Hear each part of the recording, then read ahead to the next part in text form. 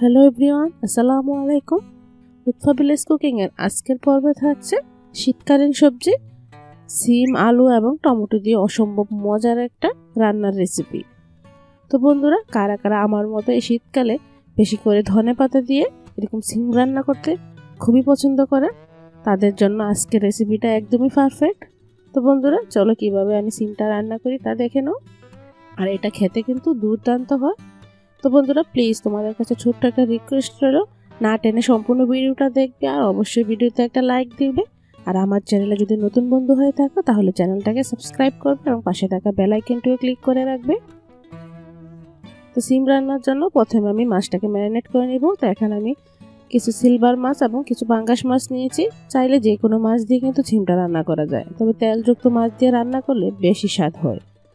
তো তার জন্য প্রথমে আমি দিয়ে দিলাম হাফ চামচ পরিমাণ হলুদের গুঁড়া, একটু মরিচের গুঁড়া, স্বাদ মতো দিয়ে দিচ্ছি লবণ। তারপর দিচ্ছি উপর থেকে একটু তেল। এই তেলটা দেওয়ার কারণে কিন্তু সবগুলো মশলা মাছের গায়ে খুব ভালো করে লেগে যাবে আর কিছুক্ষণ রেস্টে রাখারও প্রয়োজন হবে না।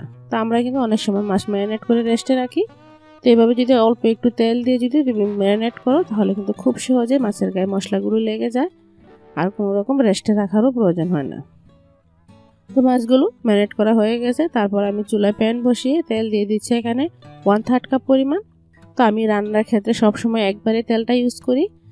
যে তেলে আমি মাছ ভাজি সেই তেলেই কিন্তু সম্পূর্ণ রান্নাটা করি। এক্ষেত্রে রান্নার স্বাদও কিন্তু খুব ভালো আসে। তো তোমরাও এভাবে বাসায় ট্রাই করবে, তাহলে বুঝতে পারবে।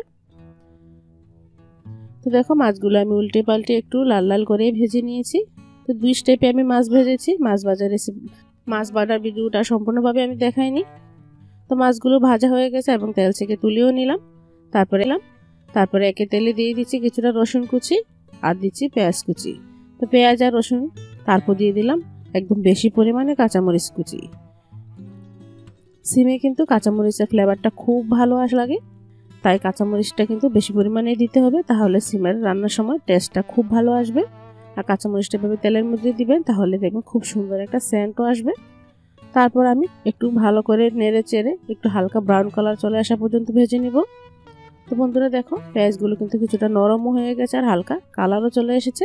এই পর্যায়ে আমি মশলাগুলো অ্যাড করে দিচ্ছি। দিলাম 1 চামচ পরিমাণ হলুদের গুঁড়া, হাফ চামচ পরিমাণ দিচ্ছি মরিচের গুঁড়া, স্বাদ মতো দিচ্ছি লবণ। চাইলে কিন্তু সম্পূর্ণটা কাঁচামরিচ দিয়ে রান্না করতে পারো, সেক্ষেত্রে তরকারি কালারটা একটু সাদাটে হবে। তার জন্য আমি একটু শুকনো মরিচের গুঁড়োও দিয়ে দিলাম। তো স্বাদ মতো লবণ দিলাম আর তারপর আমি মশলাটা একটু ভেজে দিয়ে দিচ্ছি পর্যাপ্ত পরিমাণ পানি। এখানে আমি 2 থেকে 3 টেবিল চামচ পরিমাণ পানি দিয়ে দিলাম, যাতে মশলাটা পুড়ে না যায় আর খুব ভালো করে সব উপকরণগুলো যাতে কষানো যায়। তো বন্ধুরা দেখো, খুব ভালো করে ফুটে উঠেছে। এই পর্যায়ে দিয়ে দিলাম কিছুটা আলুগুলো লম্বা লম্বা স্লাইস করে আমি দিয়েছি। আর দিচ্ছি এখানে সিমগুলো চারিদিকে আঁশ ছাড়িয়ে ভালো করে আমি কেটে পরিষ্কার করে ধুয়ে নিয়েছি। তো বন্ধুরা, তারপর আমি সব উপকরণগুলো ভালো করে মিশিয়ে নিচ্ছি। তো টমেটোটা আমি একসাথে দিচ্ছি না, টমেটোটা আমি একটু পরে ইউজ করব। তো এখন চুলার হিটটা মিডিয়ামে রেখে আমি ঢাকনা দিয়ে ঢেকে এটাকে কিছুক্ষণ কুক করে নিব। এই পর্যায়ে কিন্তু কষানোটা খুব ভালো করে কষাতে হবে। তো 2-1 মিনিট পর পর ঢাকনা তুলে কিন্তু এভাবে নেড়ে দিতে হবে আর খেয়াল রাখতে হবে তরকারিটা যাতে নিচ থেকে লেগে না যায়। তো বন্ধুরা, যে কোনো রান্নার স্বাদ কিন্তু তার কষানো থেকেই আসে। কষানোটা যত ভালো হবে রান্নার স্বাদ কিন্তু ততই ভালো আসবে। আর তোমরা চেষ্টা করবে কষানোর ক্ষেত্রে কিন্তু যাতে সবগুলো সবজি যাতে 80% সিদ্ধ হয়ে যায়, এরকম করে কষাতে। চাইলে লো আঁচেও কিন্তু কষাতে পারো।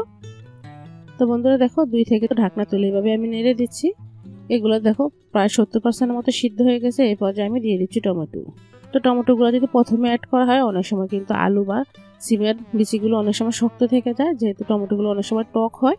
তাই বন্ধুরা, অর্ধেক সিদ্ধ হওয়ার পর সব টমেটোগুলো অ্যাড করতে হবে, তাহলে টমেটোগুলো আর ভেঙে যাবে না। টমেটোগুলো সিদ্ধ হতে কিন্তু খুব বেশি সময় লাগে না, 1 থেকে 1.5 মিনিটের মধ্যে কিন্তু টমেটোগুলো সিদ্ধ হয়ে যায়।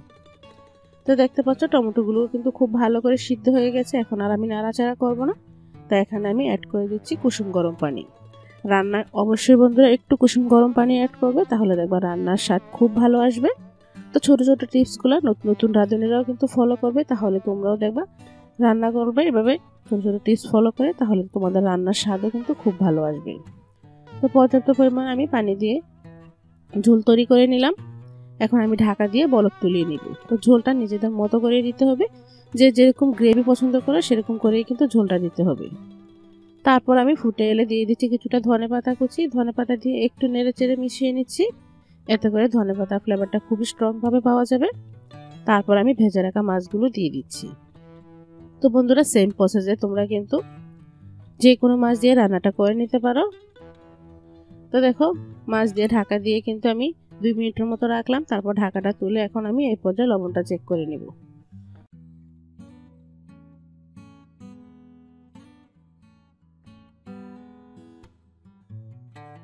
তো লবণটা একদমই পারফেক্ট আছে। তারপর উপর থেকে আরও কিছুটা ধনেপাতা কুচি দিয়ে দিচ্ছি। তো ধনেপাতা সিমের মধ্যে একটু বেশি পরিমাণে দিলে খেতে বেশি ভালো লাগে। আর সিম রান্নার সময় কিন্তু একটু বেশি পরিমাণে আমি রান্না করি, এতে করে সিম তরকারি যত জাল পড়ে ততই কিন্তু খেতে বেশি ভালো লাগে। তো সিমটা রান্না হয়ে গেছে, এখন আমি গরম গরম সার্ভ করে নিচ্ছি। এটা কিন্তু গরম ভাতের সাথে খেতে জাস্ট ফাটাফাটি লাগবে। তো বন্ধুরা, যাকে একবার তৈরি করে খাওয়াবে রেসিপিটা, সে তার মুখে কিন্তু একদম স্বাদ লেগেই থাকবে। তো সহজ রেসিপিতে সিমের রেসিপিটা তোমাদের কেমন লেগেছে তা কিন্তু অবশ্যই কমেন্ট করে জানাবে। ভালো লাগলে লাইক কমেন্ট শেয়ার করবে, আর চ্যানেলটাকে অবশ্যই সাবস্ক্রাইব করবে। আর যারা বন্ধুরা ফেসবুক পেজ থেকে দেখছো তারা প্লিজ বন্ধুরা আমার পেজটাকেও ফলো দিবে। তা আজ এখানে শেষ করছি, নেক্সট ভিডিওতে আবারও দেখা হবে। আল্লাহ হাফেজ, আসসালামু আলাইকুম।